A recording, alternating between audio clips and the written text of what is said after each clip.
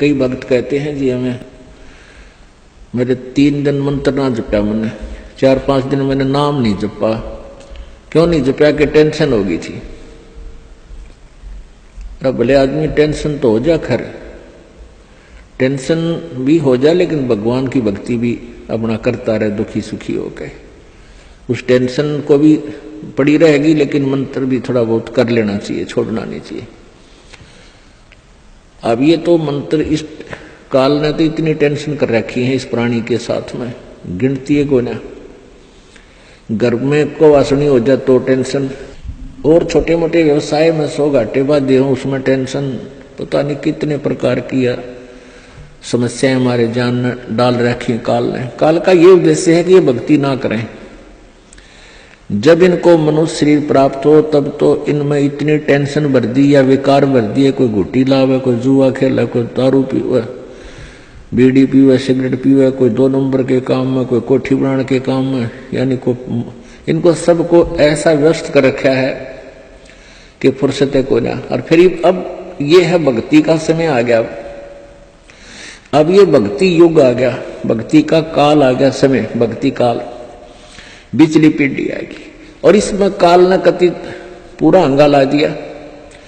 ऐसे ये टेक्निकल जो ना ऐसे बना दिए इलेक्ट्रॉनिक इंस्ट्रूमेंट, जैसे mobile phone, TV, satellite, internet, कि ये जीव जब भी आंख खुले रात में या तो मोबाइल में बकवास देख ले, या सामने टीवी रिमोट से ऑन, उठ कर भी ना जाना, रजाई में पड़ा पड़ा ऑन कर ले, उसमें नाचने गाने बकवास सुन ले।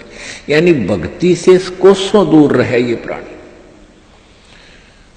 अब इसने कितना कुछ, अभी 20-30 वर्ष से आप देख रहे हो कितना कुछ ये साइंस ने तरक्की कर दी, या काल गिवन है, इस काल ने दे रखी है। और परमात्मा ने भी ये समय इसीलिए चुना था कि अब ये जो साइंस के इंस्ट्रूमेंट हैं ये हमारा काम आएंगे।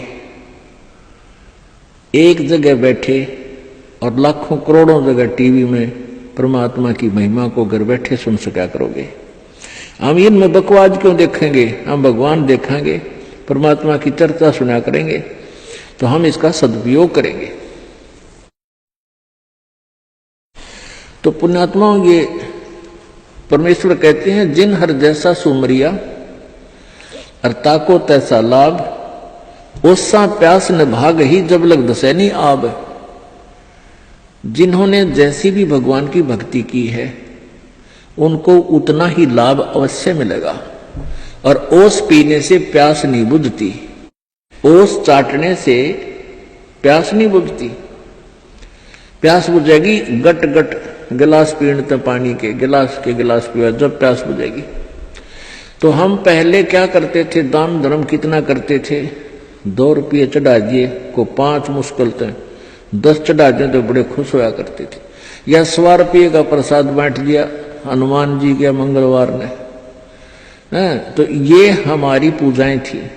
तो ये तो हम ओस चाट रहे थे। और अब आप देख रहे हो पाठ के पाठ करवाए जा रहे हैं, भगवान के हवन के लिए जोत के पैसे, जोत का घी दान किया जा रहा है, ये गिलास के गिलास पिए जा रहे हैं और इनसे प्यास बुझेगी। कोई पाठ करवा रहा है, कोई वैसे गुप्त दान, खूब वैसे दान दे रहे हैं, तो ये गिलास के गिलास पानी के पिए जा रहे हैं, इनसे प्यास बुझेगी, इनसे आपको पूर्ण लाभ होगा। और सतभक्ति मंत्र करेंगे, आजीवन मर्यादा बढ़ेगी। अब ये टेंशन तो काल ने या पैदा कर रखी है कि वो भक्ति ना कर सके, लेकिन इन टेंशनों में ही आपने भक्ति करनी पड़ेगी। चाहे रो के करो, चाहे खुश होकर कर लो, दुखी होकर कर लो। मान लीजिए कोई घर का सदस्य उपदेशी नहीं था, उसकी मृत्यु होगी, दुख तो बहुत आता है, क्योंकि हमारा एक हमारे अंदर एक ऐसी व्यवस्था बन गई, हम रह नहीं सकते, रोना भी पड़ेगा, भाई खूब बुरा हाल विलाप भी करेंगे। लेकिन फिर भगवान भी फिर याद रखे, परमात्मा ये क्या ले गए इतने देर, उन बातों ने ध्यान रखे कि ये क्या लेके गया। अगर हम ये भक्ति कर रहा होता परमात्मा इसको जीवन दान भी देता है, इसकी आयु भी बढ़ा देता है यदि सत भक्ति करता है। और ये लेके क्या गया, सारा जीवन बर्बाद कर गया। तो इस प्रकार इन सब विचारों को ध्यान में रख के, सब बातों को विचार करके और भजन जरूर करें। चाहे याद तो बहुत आते हैं, मृत्यु को प्राप्त हो जाते हैं जो साथी परिवारजन, लेकिन भगवान भी रो रो के मालिक ने भी याद रखे, मतलब भूला नहीं भगवान को। और भी कई प्रकार की टेंशन हो जाती है, किसी प्रकार की कई चिंताएं होती हैं, लेकिन चिंताएं तो हैं, चिंता भी नाम से ही समाप्त होंगी और परमात्मा की भक्ति तक करनी पड़ेगी, इन चिंताओं में करनी पड़ेगी। एक समय एक दरोगा जी जून के महीने में यानी गर्मी के मौसम में घोड़ी पर सवार होकर जा रहा था किसी दूसरे गांव में। रास्ते में किसान ने रहट जोड़ रखा था, रहट, हरहट। वो रहट क्या होता था कि उसमें एक पुली होती थी लोहे की, उस पुली के ऊपर के ऐसे एक चैन डाल दी जाती थी और उसको कोल्लू की तरह, एक कोल्लू आपने देखे हो हाथ के बैलों वाले कोल्लू, उस तरह कोल्लू की तरह बहल से चला जाता था और वो रहट का व्हील घूमता था वह पुड़ी, और उसके ऊपर चैन लगी होती थी। नीचे एक कुआं होता था, वो चैन इतनी लंबी होती थी कि कुएं के जल को छूती थी नीचे तक, और उसका बाल्टियां वेल्ड कर दी जाती थी चैन के ऊपर। और वो बैल से बैलों को घुमा जाता था कोल्लू की तरह, तो वो व्हील घूमता था, वो पुड़ी घूमती थी, वह चैन साथ में घूमती थी और नीचे से पानी आकर के खेतों में डलता था और खाली बाल्टियां वापस चली जाती थी और भरी बाल्टियां चैन के साथ ऊपर आती थी, ऐसे चलती थी। तब वो पानी खेतों में सिंचाई के काम आता था। तो किसान की घोड़ी को प्यास लगी, किसान को भी प्यास लगी। उसने देखा कि सामने रहट चल रहा है और पानी पीवेंगे, घोड़ी को भी पिलाएंगे। अब जो ही उस घोड़ी को निकट लाया वो दरोगा यानी वो एसएचओ, तो रहट के अंदर से आवाज आया करती थी, वैसे जुगाड़ होया करते थे। वो व्हील व्याल चढ़ा रखे थे, वो चर चू करके वह काफी जोर की आवाज आती थी उससे।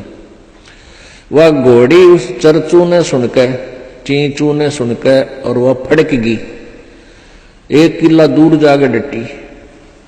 दरोगा जी गुस्से में हो गए, करे किसान या चू चू बंद कर दे भाई, ची चू बंद कर दे, मेरी घोड़ी डर रही है, मैंने पानी पीना और पिलाना है। अब किसान ने वो बैल रोक दिए, जो बैल चल रहे थे, कोल्लू को सा फिरा रहे थे, उसने वो चलने से आवाज आ रही थी, पानी भी आ रहा था। तो किसान ने वह बैल रोक दिया, तो पानी आना, जल आना भी बंद हो गया और आगे जल सीधा खेत में जा रहा था। खेत में जल साथ साथ, वह जमीन प्यासी थी, पी रही थी।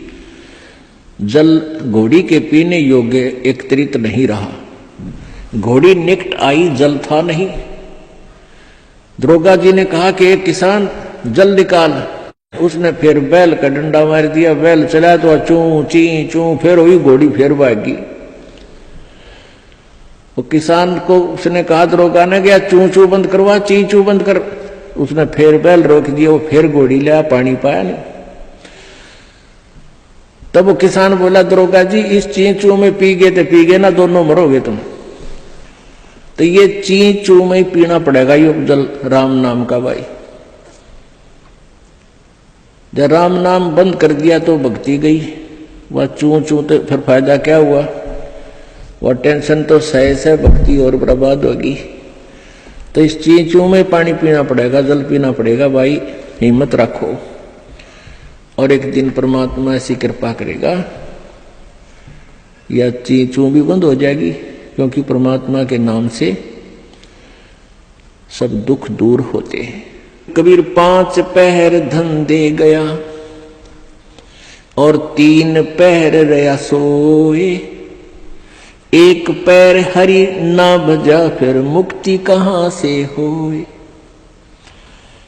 8 पहर 24 घंटे को 8 पहर में, पहले 8 पहर होती थी 24 घंटे की। अब परमात्मा कहते हैं तो 1 पैर में 8, 1 पैर में 3 घंटे हो गए।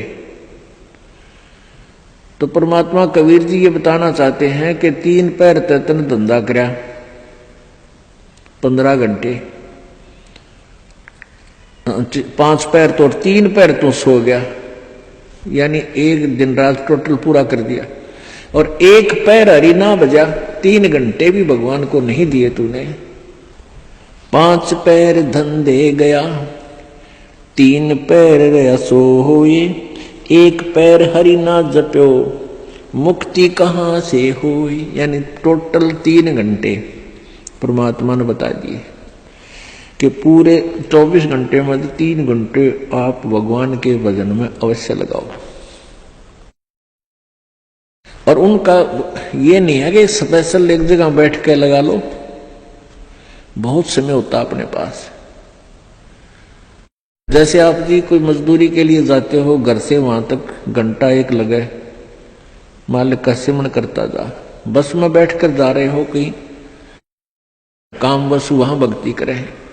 खेतों में जा रहे हो, खेतों से घर से लेकर वहां तक जो खूब भक्ति करे, अपना मंत्र ने याद रखे। और बहुत से ऐसे कार्य हैं जो काम करते करते भी हम भगवान की भक्ति कर सकते हैं। जैसे खेत में आली हल जोतता है, हमने देखे पहले ही आली में लक्ष्मी चंद की रागनी गाए जाते, हल भी जोड़े जाते। तो आप भगवान की भक्ति भी करे, कभी आरती करने लग जा, कभी भगवान की वाणी बोलने लग जा। कोई फिल्मी गाने गावे है, कोई और बकवास सोच रहा है। तो इस प्रकार हमने अपना सुमन में 3 घंटे का समय निकालना चाहिए। जैसे सुबह का नित्यनेम पौना घंटा लगता है, 15 मिनट की असुर निकंदन रामायणी 1 घंटा तो हो गया। आज 35 मिनट की आरती होती है, 1.5 घंटा, बाकी 1.5 घंटा आपका सिमरन भी हो जाए ना। सिमरन आध घंटा मंत्र, 1 घंटे का श्वास का सिमरन, तो इतना भी आप कंटिन्यू कर लोगे तो भी आपका बेड़ा पार हो जाएगा। ये सत्कर्म मान लीजिए।